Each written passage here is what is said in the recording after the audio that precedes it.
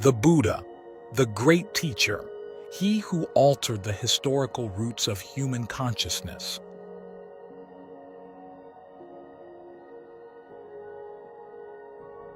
He did not found Buddhism. Buddhism is a natural consequence, but he initiated an entirely different kind of religion in this world. He founded a religion beyond religion, initiated not just a religion but also a faith, and this is the greatest root change in the history of human consciousness. Before the Buddha, there were many religions, but they did not simply arise from spiritual factors. Humanity had not yet matured. When the Buddha appeared, humanity entered a phase of maturity. The entire human race had not entered that phase, that is the truth, but the Buddha drew the path. The Buddha opened the gates leading to this path. It takes time for humanity to understand that profound message. The message of the Buddha is the deepest message in this world. No one has done what the Buddha did in the way the Buddha did it. No one else has emitted that pure fragrance. The founders of other religions, the enlightened beings, compromised with their listeners. The Buddha did not compromise, hence he remained pure. He did not care whether you understood or not. He only cared about what is truth, what is reality. He spoke without worrying whether you understood or not. In a sense, this seems harsh, but if viewed differently, this is indeed compassion. The truth must be spoken in its original way.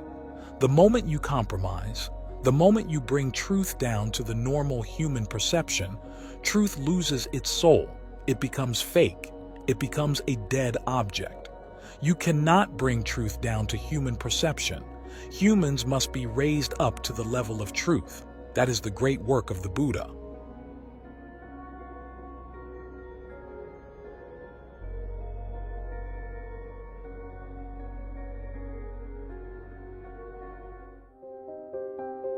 Part 1. Remember this: Buddha is freedom.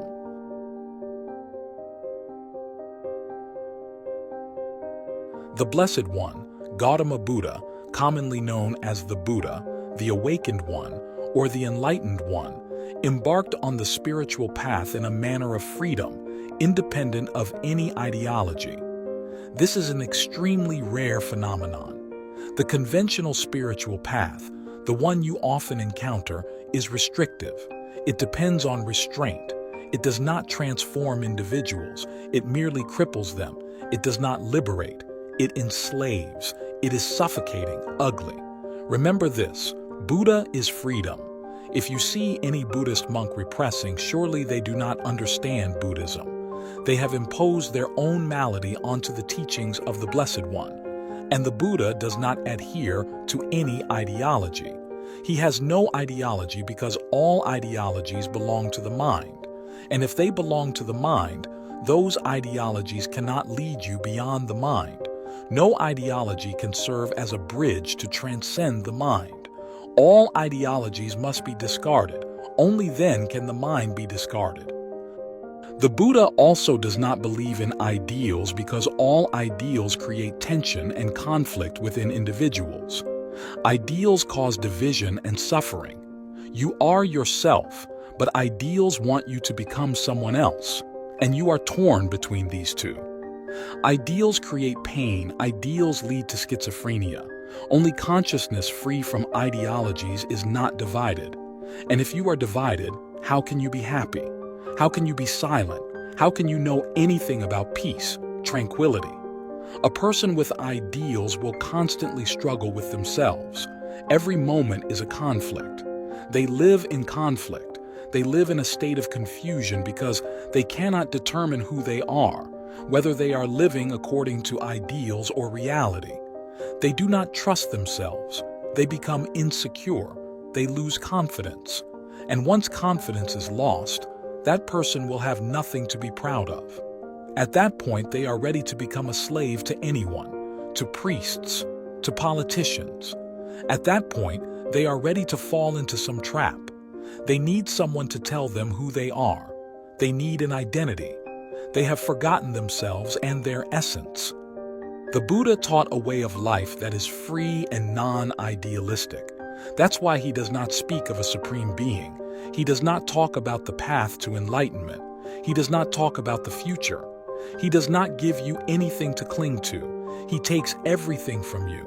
He even takes away your sense of self.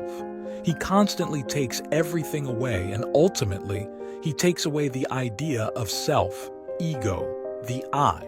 He only leaves emptiness. And this is very difficult. It's difficult because we have completely forgotten how to give. We only know how to take. We just keep taking and taking. I take a wife. I take a husband. Even a spouse. You try to take. You don't respect others. A wife is not property. You can take a house, but how can you take a wife or husband? Languages express what is happening in the mind. We don't know how to give, how to abandon, how to let go, how to let things happen freely.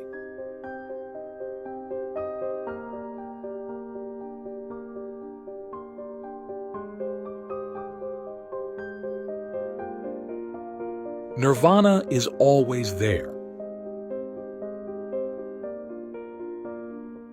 The Buddha takes away all these ideals, takes away the entire future, and ultimately takes away something that we find very difficult to relinquish: your ego, leaving behind pure, pristine emptiness. He calls this pure emptiness nirvana.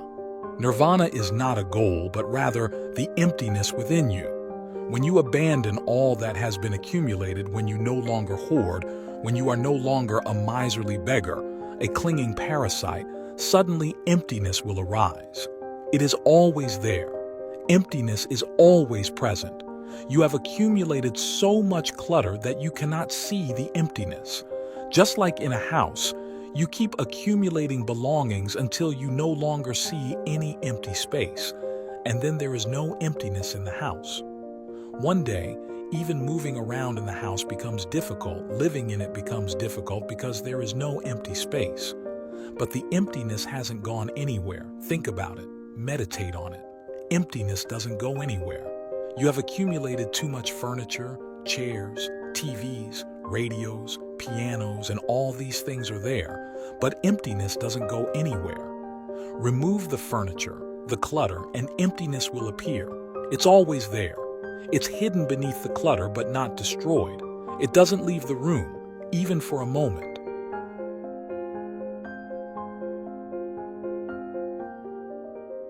The Buddha does not teach you mysteries. The Buddha does not bestow nirvana upon you as an ideal. The Buddha gives you freedom instead of imposition. The Buddha teaches you how to live, not for any goal, not to achieve anything, but simply to enjoy blessings here and now, in this very moment. He teaches how to live in awareness, not in the sense that awareness will bring you something. Awareness is not a means to achieve something. It is itself the ultimate result, both a means and an end. Its value is intrinsic, it is inner. The Buddha does not teach you mysteries. This must be clearly understood. Human beings belong to this world, yet monks keep teaching about another world. That other world is not really mysterious. It cannot be mysterious because it is just a higher form of the world you are living in. How can you create another world? You only know this world. You can upgrade it, decorate it, remove some ugliness and replace it with what you consider beautiful. But this will be a product created from your experience of this world. Therefore, that other world is no different. It cannot be different. It is a continuity. It arises from your mind. It is the play of imagination. All scriptures talk about the path of meditation, and the meditation path in the scriptures is nothing but similar stories. It may be printed on artistic paper with better ink, using more modern printers with more colorful illustrations, but the story remains the same. It cannot be different.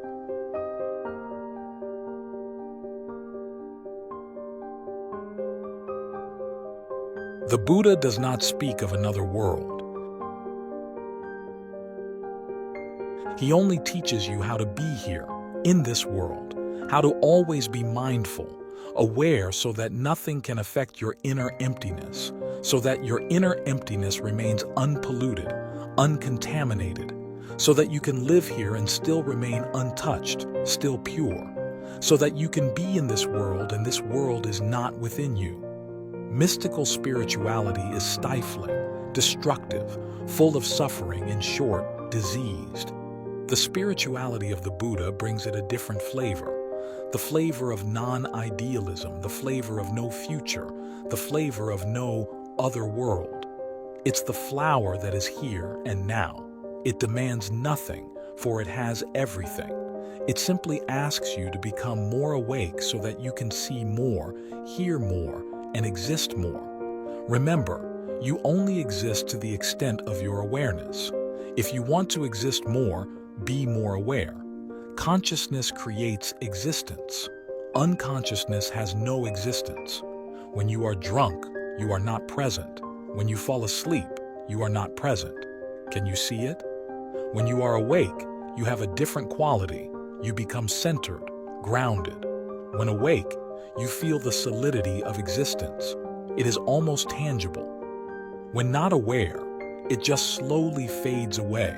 In a state of drunkenness or sleep, your awareness of your existence diminishes. Therefore, the entire message of the Buddha is to be aware.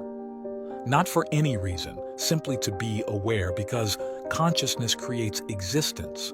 Consciousness creates you, and it creates you in a way that is very different from your current self, from what you can imagine. It creates you where the I disappears, where there is no longer any idea of I, nothing shaping you, a pure emptiness, an endless emptiness.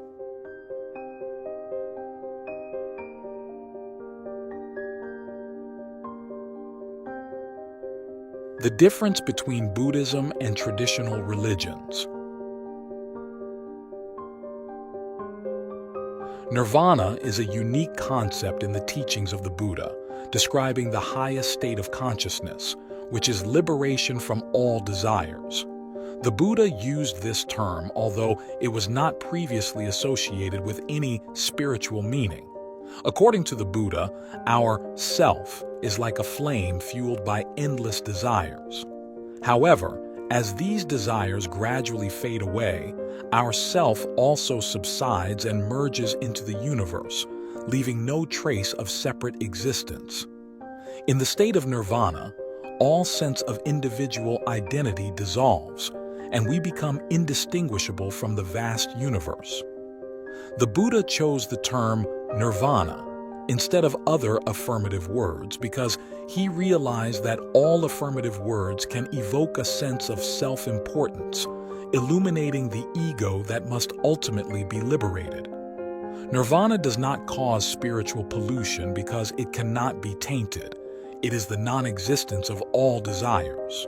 Although the initial sense of hearing the word nirvana may not evoke excitement or longing, the Buddha believed that this is its beauty. Words that stir up desire only lead to suffering and tension. Nirvana, on the contrary, brings absolute freedom, without tension, without longing. The Buddha emphasized that we should be ready to embrace this dissolution because even in the absence of the self, nirvana maintains its purity. Nirvana remains the purest concept after many centuries. Its sound, whether we understand the meaning behind it or not, still brings a sense of peace and tranquility that no other words can. When hearing the word nirvana, time seems to stand still, with no destination in sight. That moment is when you can completely dissolve, merge into the infinite, leaving no trace of individual existence behind.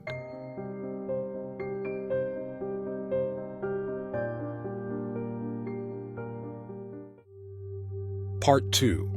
The Buddha's Quest for Truth.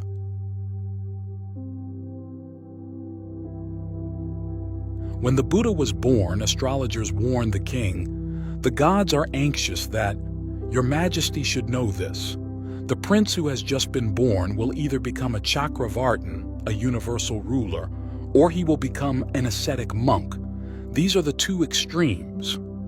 The king was aging when the prince was born, and this was his only heir. He requested the astrologers to find a way to prevent the child from becoming an ascetic and renouncing the world. These astrologers knew nothing about the mind and psychology. Perhaps they only knew about the stars far away, millions of light years from Earth, and how foolish humans are to believe that their fate, their destiny, is determined by the millions of stars far away. There is a reason for the meaningful existence of astrology. It gives you satisfaction to think that the entire universe cares about you. Even the stars far away are striving to do something for you. You are not ordinary. You are not nothing. The stars far away don't even know about you. They couldn't possibly, but your ego feels stroked. Astrologers have exploited this since the early days of humanity. Of course, they exploit you. You have to pay them, but somehow you feel deserving. They give you a big ego. You become grand, more important than the biggest star in the sky. They all revolve around you. But these poor astrologers are not even as clever as Sigmund Freud. They told the king, "If your majesty wants the prince not to renounce the world, the gods need to perform some rituals." In India, there are 3 distinct seasons in a year. Nowadays, this has changed.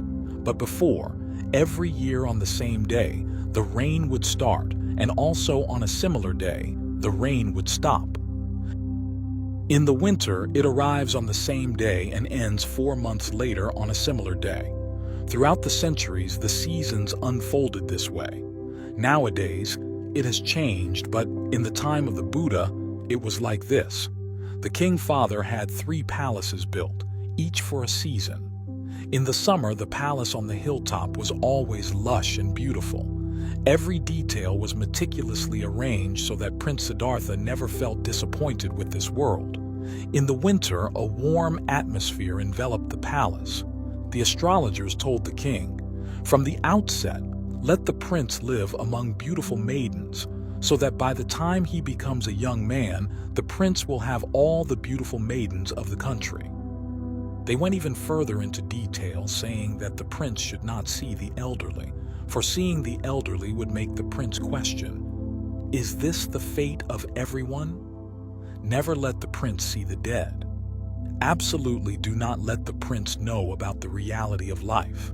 Keep the prince in the idyllic fairyland. Their argument was that when one has everything, why would one want to renounce it, to resist it? The prince was cared for by the country's wise men. Even the gardeners in the palace were ordered that the prince should not see a flower about to wilt or a leaf about to change color. When night fell, anything signaling death had to be removed. The prince only saw beautiful, vibrant flowers. He only saw evergreen leaves, and the king could do this. The king ordered it to be done, and this method backfired. Those foolish astrologers did not realize a simple truth. If one has everything and does not recognize the ugliness around, sooner or later he will feel bored. Sooner or later he will start to think, "Is this all there is? Then tomorrow will be the same. The day after will not change. What's the point?" He will become bored, and that's what happened. The prince became bored with the ever-beautiful maidens, with the ever-vibrant flowers. How long can your mind stay silent? It was the astrologers who caused the prince to renounce the palace. If he had been allowed to live a normal life like everyone else, perhaps there would have been no Buddha. To some extent, the astrologers unintentionally contributed greatly to humanity.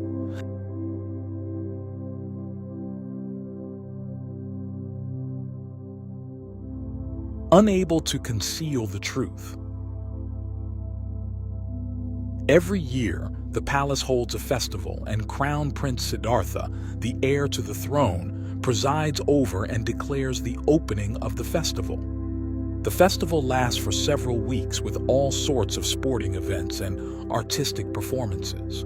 At the age of 29, Crown Prince Siddhartha stood up to declare the opening of this festival. On the way to the festival, every detail was meticulously arranged, yet Existence always finds its way to reach you. You cannot remain completely closed like a tomb unless you are dead. If you are alive, there will surely be air vents for existence to seep in and make you aware of reality. Astrologers and kings cannot be smarter than existence.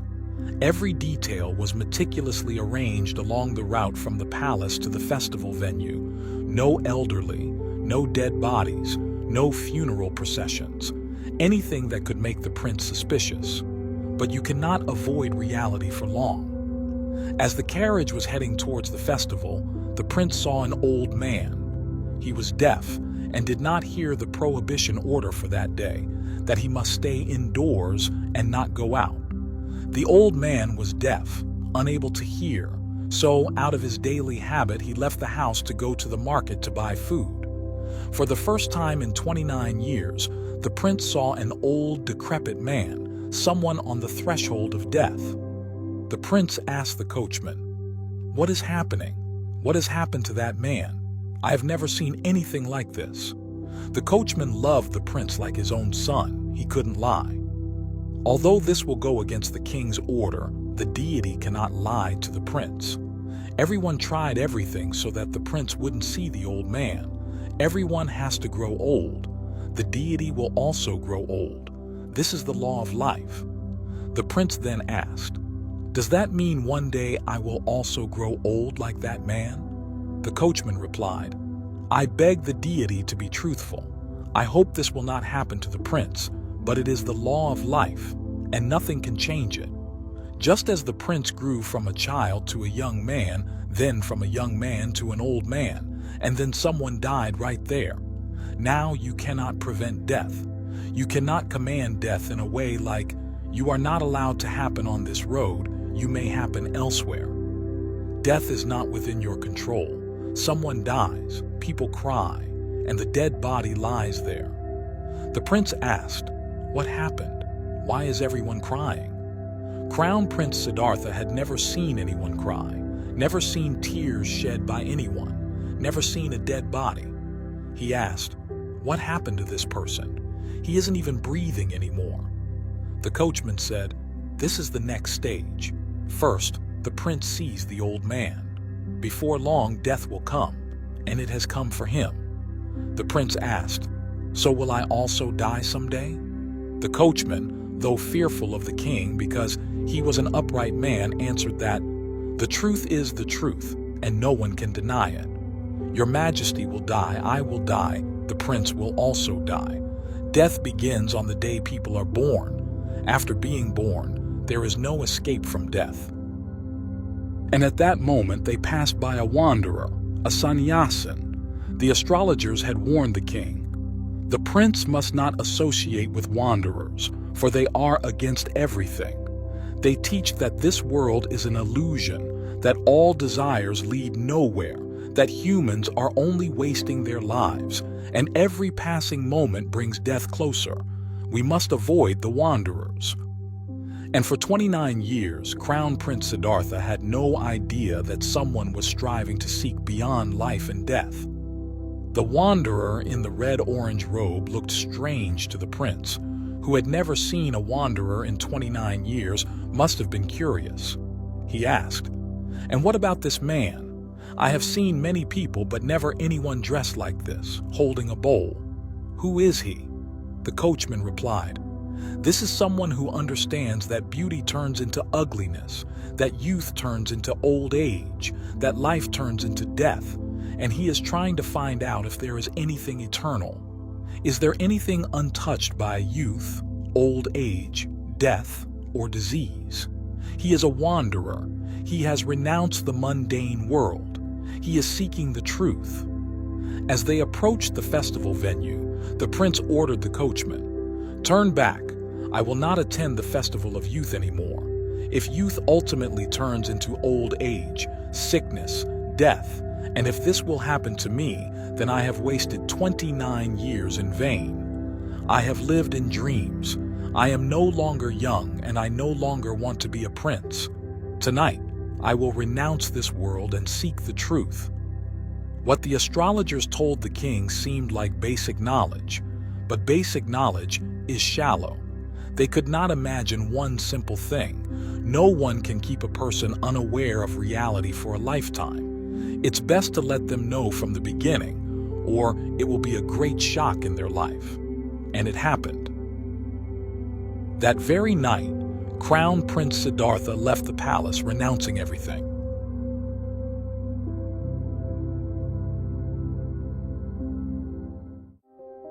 Part 3.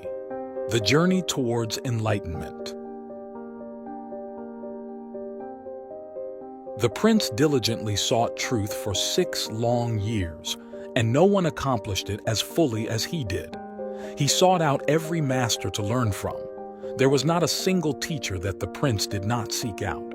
He devoted himself completely, absorbing fully any teachings imparted to him, to the extent that even the teachers themselves began to feel jealous. But in the end, each teacher had to say, "This is all we can teach.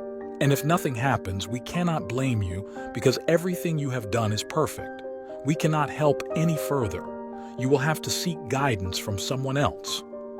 This rarely happens because disciples never fully absorb teachings like that.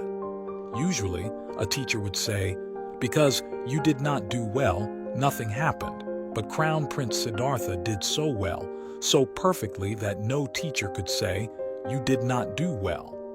So they had to accept failure. They had to say, "This is all we can teach, and you have done well, but nothing has happened, so it is best for you to seek another teacher.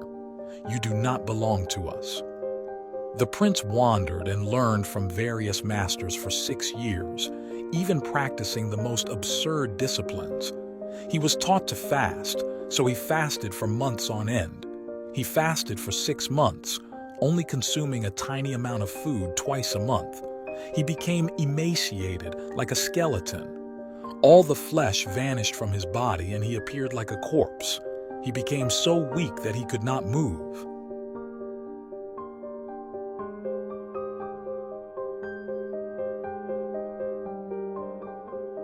Being one's own master.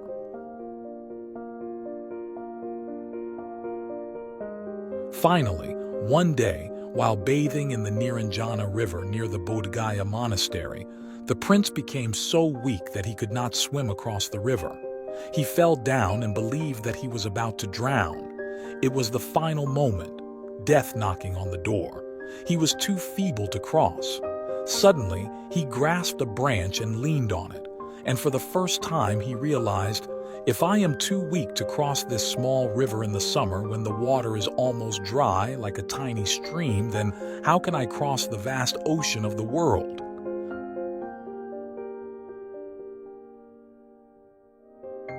What is to be done?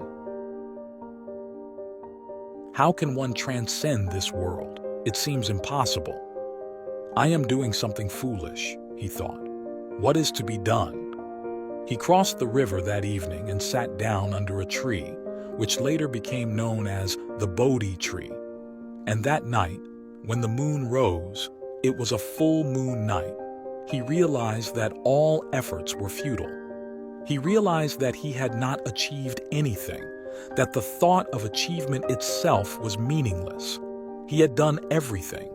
He was done with this world, with the world of desires. He would be the king of a kingdom and had known every desire, tasted every craving. He was done with it all, nothing left to do, nothing worthy.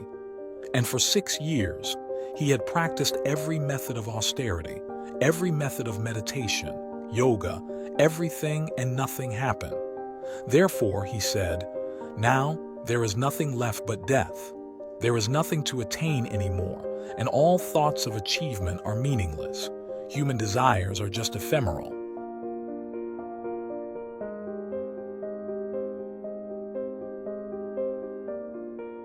When effort reaches non-effort. Therefore, he abandoned all effort that night. He sat under the tree, relaxed, loosened with no goal, nowhere to go, nothing to attain, nothing worthy to strive for.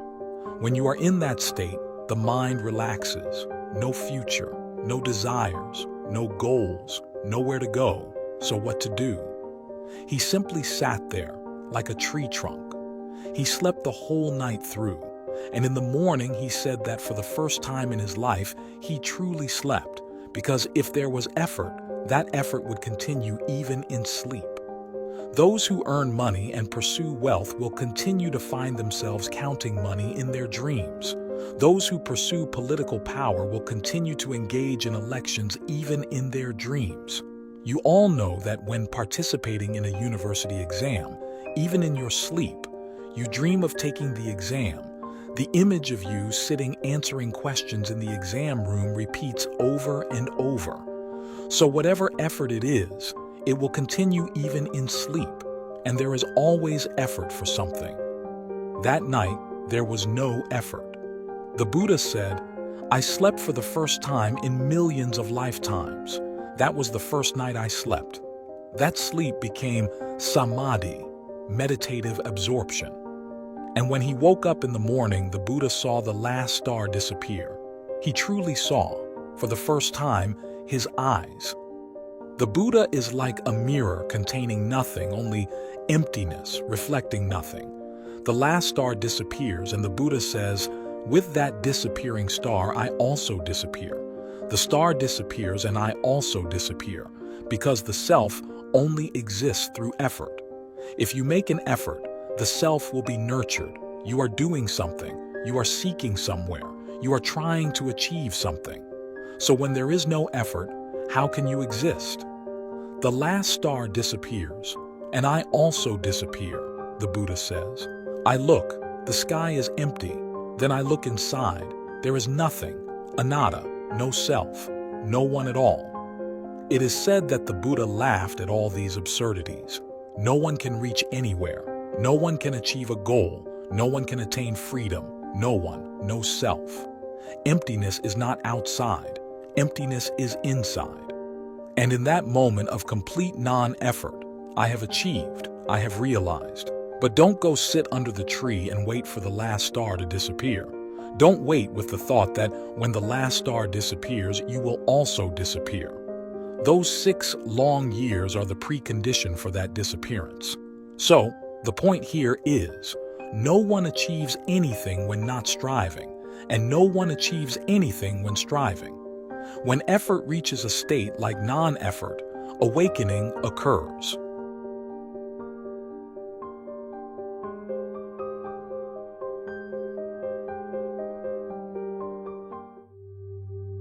Part 4. The Greatest Offering, Vipassana Meditation.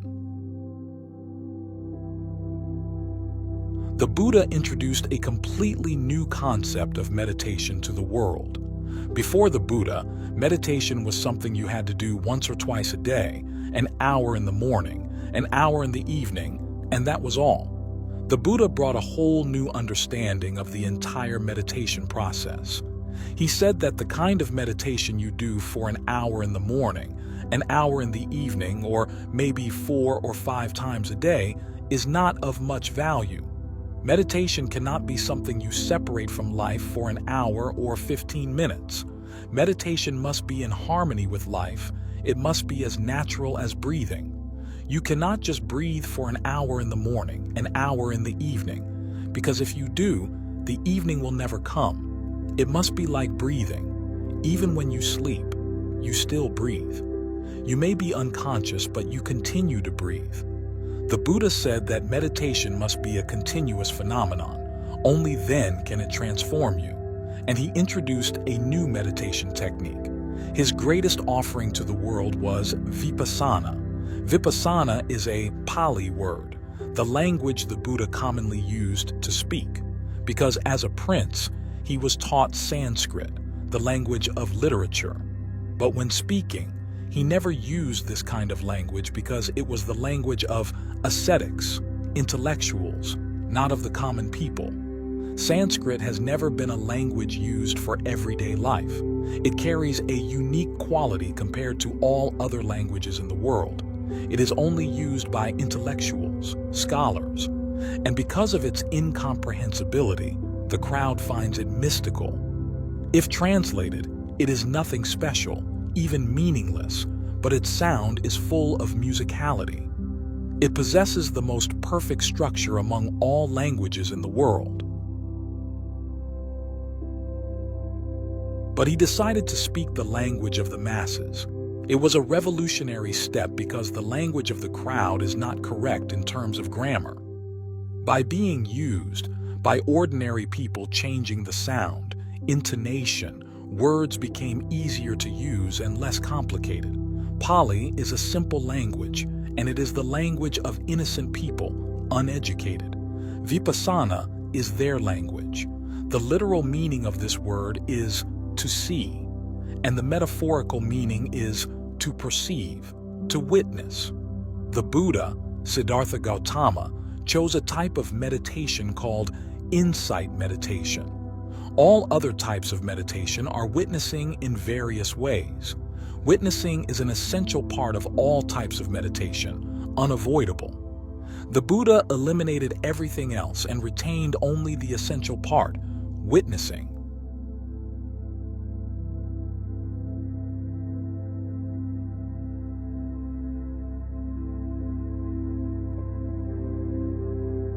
Just observe and do not judge.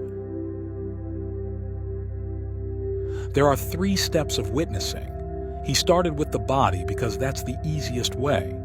It's easy when you see your hands moving, your arms raising. You can see yourself walking on the road. You can see each step of yours. You can see yourself eating. So, the first step in Vipassana, the simplest step, is witnessing the body's actions. And when you witness the body's actions, you'll be surprised by that new experience. When you witness the movement of your hand with awareness, recognition, you'll feel the grace, charm, and even the tranquility in your hand. You can move your hand without witnessing. It will move faster, but without grace. The Buddha walked very slowly, so slow that he was asked many times why he walked so slowly. The Buddha replied, "This is part of meditation. Always walk as if you are walking in winter, entering a cold stream, very slowly, attentively, because the stream is very cold, cautious because its flow is very strong, witnessing each step because you might stumble upon stones under the stream."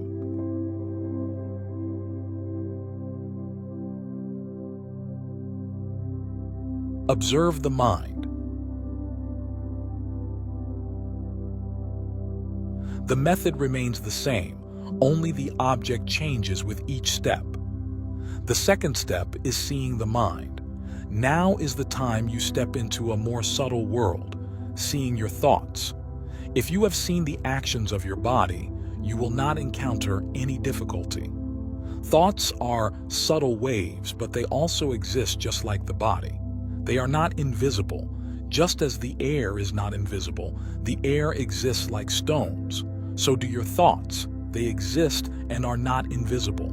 That is the second step, the intermediate step. You are heading towards the invisible, but it still exists, seeing your thoughts. There is only one condition. Do not judge. Do not judge because the moment judgment begins, you will no longer see. There is nothing wrong with judging. The reason it is prohibited is because the moment judgment begins, this is a positive thought. You will not witness anymore. You start thinking, you get involved. You cannot detach, cannot stand on the sidelines and just observe passers-by. Do not become a participant, whether through praise, evaluation, or condemnation. Have no attitude towards the things passing through your mind. You should see your thoughts as clouds drifting across the sky. Do not judge them, such as these dark clouds are ugly. Those white clouds look like wise houses. Clouds are clouds, neither good nor bad. Thoughts are the same, just small waves passing through your mind. Observe without judgment, and you will await a great surprise.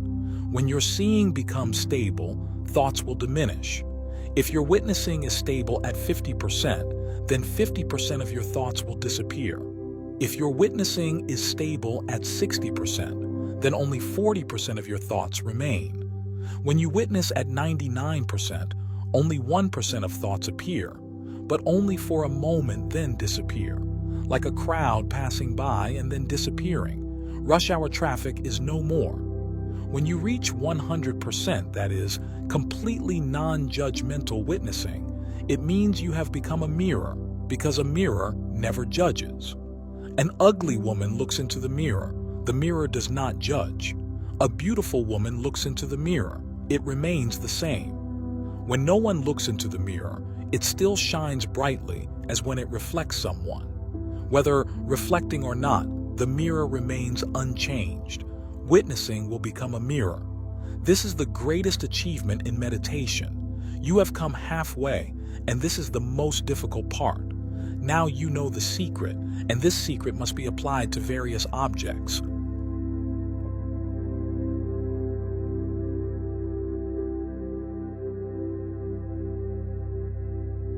Observe emotions and moods. From thoughts, you must transition to more subtle experiences such as emotions, feelings, and moods. From the mind to the heart, with the same condition, no judgment, just witnessing. And surprisingly, most of your emotions, feelings, and moods possess you. At this point, when feeling sad, you become sadness. You are consumed by sorrow. When you feel anger, it is not a partial feeling. You become fully enraged. Every cell in your body trembles with anger. Look into your heart. Experience when nothing owns you. Sadness comes and goes. You do not become melancholic. Joy comes and goes. You do not become joyful. Whatever moves into the deeper layers inside your heart does not affect you. For the first time, you taste something of enlightenment. You are no longer a slave subjected to someone else's sudden emotional outbursts. When witnessing the third step, for the first time, you become a master. Nothing can stir you. Nothing can overwhelm you. Everything remains distant, deep below, while you are at the peak. When you have completely witnessed your body, mind, and heart, you can do nothing else. Then you must wait. When these 3 steps are completed, the 4th step will unfold as a natural reward. It is a quantum leap from the heart to the essence, to the very core of existence. You must remember you cannot do that. It happens on its own. Do not try to accomplish it, because the harder you try, the more certain you will fail. It is inevitable. You prepare the 3 steps, and the 4th step is the reward from existence. It is a quantum leap. Suddenly, your source of life, your witnessing, dives deep into the essence. You have returned home. You may call it self-realization. You may call it enlightenment. You may call it ultimate freedom, but it is nothing more. You must seek to the utmost. You have found the truth of existence and the blissful state it brings through the veil of illusion surrounding you.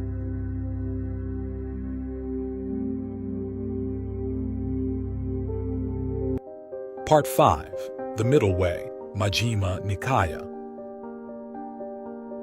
It is said that as the Buddha was traveling on a hot summer day, he felt thirsty. Being elderly, he instructed his disciple Ananda, "Ananda, I apologize, but I must return. We passed by a small stream about 2-3 miles back, and now I feel thirsty. Please go back there and fetch some water."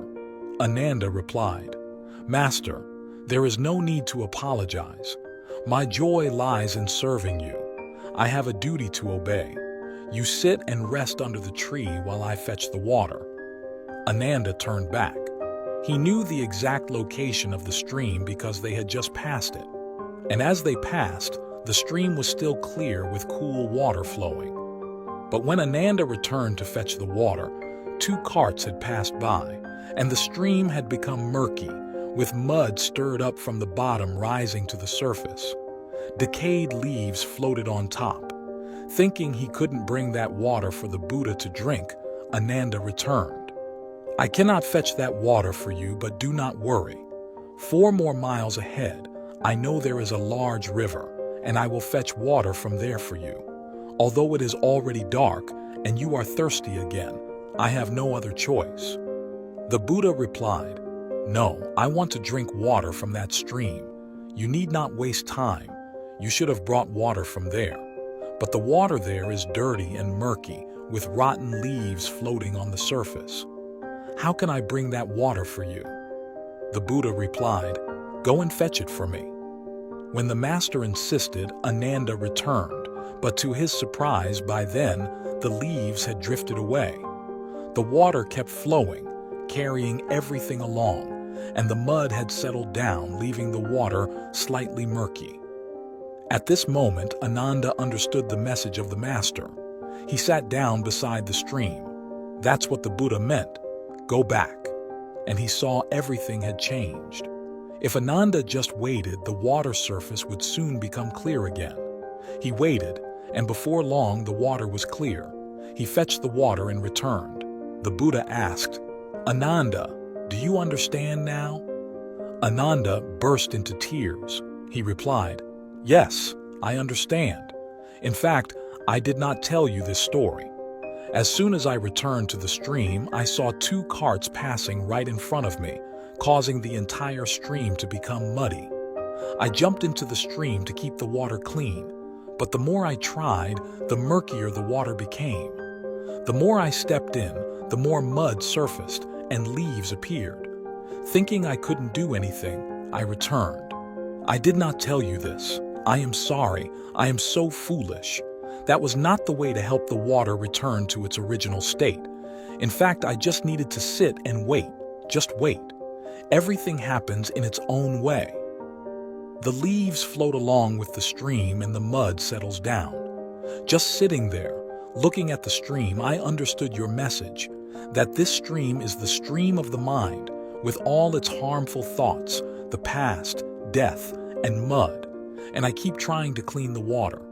Jumping in the stream only made things worse and created a negative attitude that maybe in this life I won't be able to do as you taught, the state of mindlessness. But today, seeing that stream, a great hope arises in me. Perhaps the stream of my mind will also settle in a similar way. The Buddha said, "I am not thirsty, you are. And I did not ask you to fetch water for me. I asked you to fetch water to understand a message." When we arrived at the stream, I saw 2 carts coming down from the hilltop, and knowing when they would cross the stream, I asked you to fetch water at that moment. Simply sit down beside the stream of your mind. Do nothing. No one expects anything from you. Just sit quietly, as if it doesn't concern you. What's happening in your mind is also happening elsewhere. The mind is not you. It belongs to someone else. You are just the observer. The Buddha called his entire philosophy Majjhima Nikaya. He believed in always staying in the middle. No matter which extreme, always staying in the middle. Witness that you always remain in the middle. The moment you stop witnessing, you either attach or are pushed back. If pushed back, you'll follow another extreme. If attached, you'll strive to stay in this extreme, but you'll never be in the middle. Be the witness. Don't attach, nor be pushed back. Pain will arise. Accept it. That's the truth. When the tree is there, the house is there, the darkness is there, the pain is also there. Accept it and close your eyes. Don't try to escape from it. If you're happy, accept that truth. Don't cling to it, and don't try to become unhappy. Don't try to do anything. If unhappiness comes, let it come. If happiness comes, allow it to come. Just be the observer standing on the hill, seeing everything. The sunrise comes, then the night falls, the sun rises again, the stars appear, darkness envelops, then the sun rises again. And you're just the watcher on the hill. You can't do anything. You simply see. The sunrise comes. You acknowledge that, and you know that night will come because after sunrise comes the night. And when the night falls, you acknowledge that, and you know that sunrise will come again because after the darkness comes the dawn. When pain is there, you're just the observer. You know the pain has come, and sooner or later it will go. And when happiness comes, you know it won't last forever. Unhappiness is just lurking somewhere. It will soon emerge. You remain the observer. If you can observe without attachment and without being pushed back, you'll fall into the middle, and once the pendulum stops in the middle for the first time, you can see what the real world is like. While moving, you can't know what the world is. Your movement makes everything chaotic. Once there's no more movement, you can see the world. For the first time, you know what reality is. A still mind knows what reality is. A mind in motion cannot know that. Your mind is like a camera. You keep moving and taking pictures, but every image that appears becomes unclear because the camera needs to be still. If the camera isn't still, all the pictures are just a mess. Your consciousness keeps swinging from one extreme to another. Therefore, anything you know about reality is just a mess, a nightmare. Nothing leads to anything. Everything is topsy-turvy, incomplete. If you stand in the middle and the pendulum stops, if you concentrate your consciousness, then you'll know what reality is. Only a still mind understands what truth is.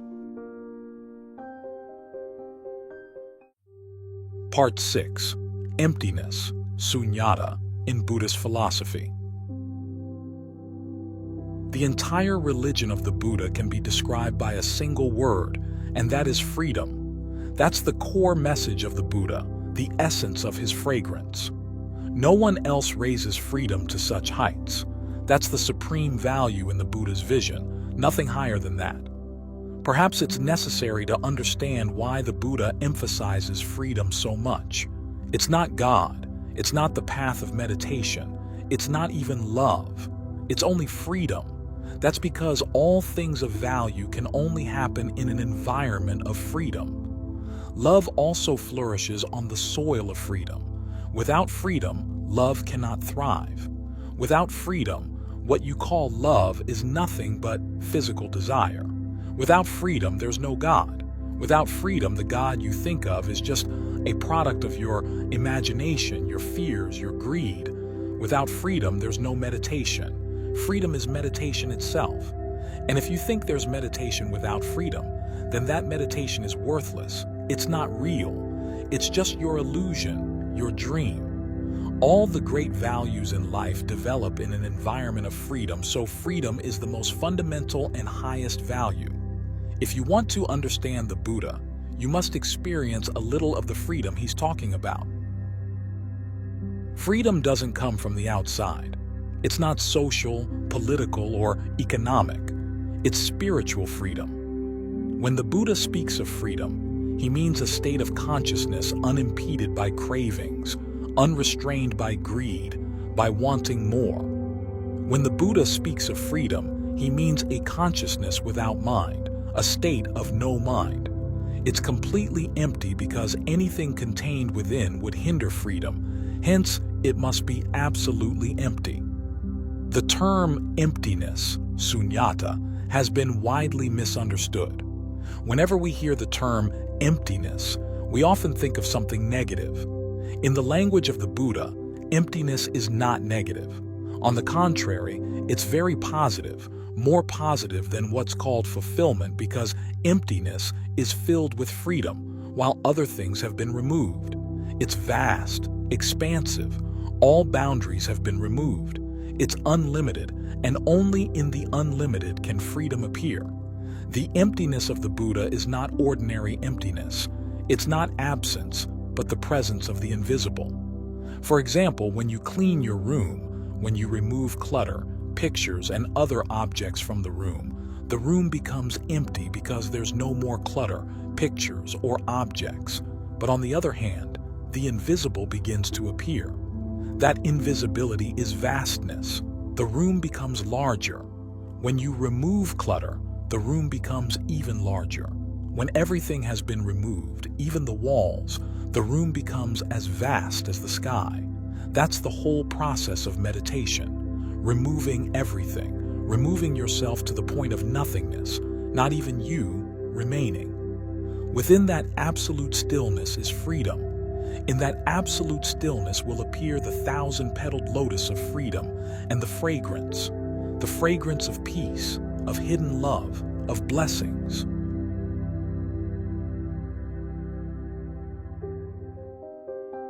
Part 7.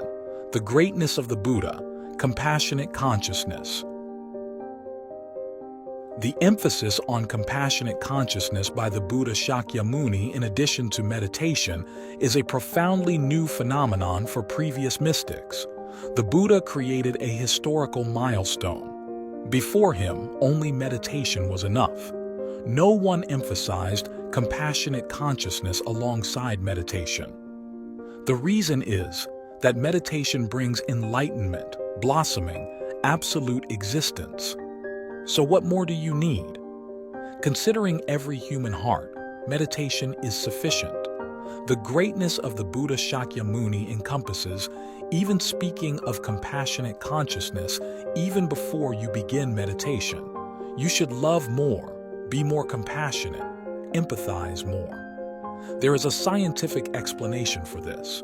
Before a person attains enlightenment, if they have a rich, compassionate consciousness, it's highly likely that after meditation, they will help others attain blessings, stature, praise, similar to what they have achieved. The Buddha Shakyamuni made enlightenment a transformative process. But if one feels they have returned home, why bother others? For the first time, enlightenment became a non-selfish process. The Buddha turned it into a social responsibility. That's a great change, but humans must learn compassionate consciousness before enlightenment. Without learning compassionate consciousness before enlightenment, humans won't learn anything afterward. When humans are too absorbed in themselves, even compassionate consciousness becomes a hindrance to their own joy, causing a disruption that can affect their ecstatic state. That's why there are hundreds of people who attain enlightenment, but only a few become masters. You don't necessarily have to become a master when you attain enlightenment. Becoming a master means you have a rich, compassionate consciousness, and you feel ashamed to enjoy the full beauty of enlightenment alone.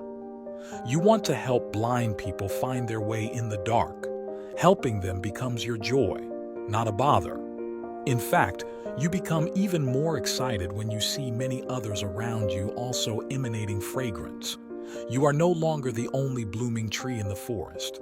When the whole forest blooms with you, the joy will be multiplied 1,000-fold. Through your enlightenment, you have created a revolution for this world.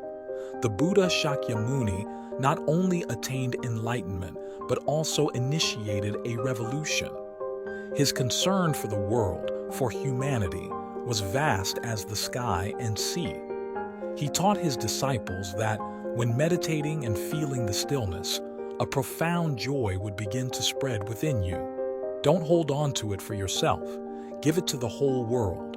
And don't worry, because the more you give, the more you are likely to receive. Giving will have tremendous significance when you know that giving does not take anything away from you. On the contrary, it will multiply your experience. Those who have never known compassionate consciousness will not understand the secret of giving, will not know the secret of sharing. Once, one of the disciples of Buddha Shakyamuni, who was not a monk but devoted himself to Buddha, said, "I will do that, but I want an exception. I will give all my joy, all my meditation, and all my precious possessions inside me to this world, except for my neighbor, because he is truly despicable. Neighbors are always enemies." Buddha Shakyamuni said to the disciple, "Forget about the whole world, just give it to your neighbor." The disciple asked, "What are you talking about, Master?"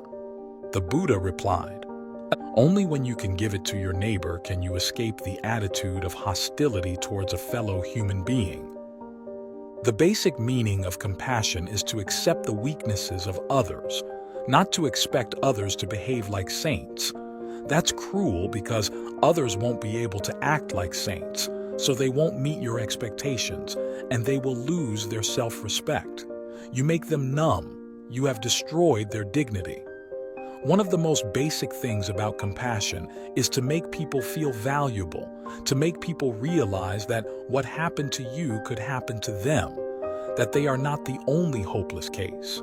that they are not worthless, that enlightenment is not only for the deserving, but it is the inherent nature, the inherent identity of them. However, these words need to come from someone who has attained enlightenment. Only then will they make you believe. If spoken by scholars who have not attained enlightenment, they will not inspire trust. The words spoken by an enlightened person will begin to have their own rhythm. It becomes alive, going straight to your heart. It's no longer an intellectual discipline. But for scholars, it's different. The scholar himself is not sure about what he is saying, writing.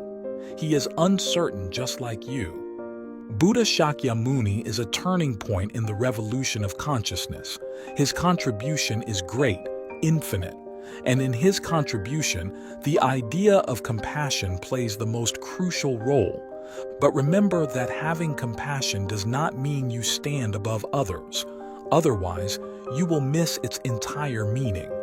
It will become a journey of the ego. Remember not to embarrass someone by pitying them.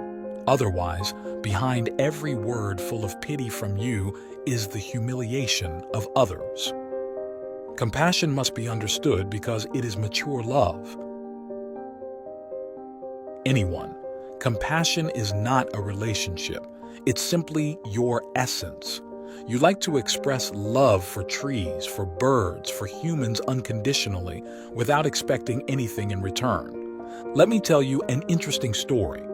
Paddy came home earlier than usual and found his wife lying naked on the bed. When asked why, the beautiful wife said, "I'm protesting because I don't have nice clothes to wear." Paddy opened the wardrobe, looked inside, and then said, "That's absurd. There are yellow dresses, red dresses, floral dresses. There are suits. Hello, Bill. There's a green dress." This is compassion. This is compassion towards the wife, compassion towards Bill. No jealousy, no argument, just a simple, "Hello, Bill, how are you?" and continue counting. The husband didn't even bother to ask, "What are you doing in my wardrobe?" Compassion is the expression of someone who truly understands. It is the most delicate understanding of a human being. At an intersection, a man's car veered off and bumped into the back of the car in front with the words, "Just married." It was just a minor collision, but the man sincerely apologized to the newlyweds. "Oh, it's okay, just bad luck," the groom replied. Compassion is understanding that anything can happen. Once married, he is capable of accepting all kinds of accidents. The biggest accident has already happened, so there's nothing else to fear. Those with compassion will not be affected by the trivialities of life, by things that can happen at any time. Only then, indirectly, will your compassionate energy be accumulated, crystallized to become stronger and continue to flourish with meditation. Therefore, in the moment when blessings come, when you blend with the light, there will be at least one companion, compassion. And immediately, you will experience a new way of living because now you have enough to wish the world well.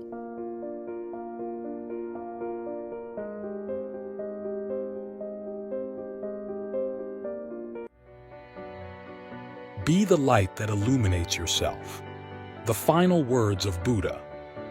Vichkamau ni are. Be the light that illuminates yourself. Don't follow others. Don't imitate others, because following, imitating will only create foolishness. You are born with boundless understanding. You are born with light within. Listen to the small voice, the silence within, and it will guide you. No one can lead you. No one can be a model for your life because you are unique. Before, no one was exactly like you, and the same will be true in the future. This is your brilliance, your greatness, that you are irreplaceable, that you are just yourself, not anyone else. Those who imitate others will become imposters, insincere. They become a machine. They may become saints in the eyes of others, but deep down, they are only shallow, nothing else. They may be very respectable characters, but that is just surface, not enough to cover what's inside. Just scratch them lightly, and you will be surprised to see someone completely different, completely opposite to the outside. By following others, you may create a beautiful image, but you cannot have a beautiful mind. And without a beautiful mind, you will never be free. You will become a fake entity. You will lose everything that is real, lose all sincerity. You will not be true to yourself. You will be artificial, not natural. And artificial, unnatural is the way of living of the mediocre, the foolish. According to Buddha, enlightenment is living in the inner light of your own consciousness, while ignorance is following others, imitating others, becoming a shadow of others. A genuine teacher will create real disciples, not followers. A true teacher will throw you back to yourself. Their entire effort is to make you no longer dependent on them, because you have been dependent, relying for centuries, and it hasn't gotten you anywhere.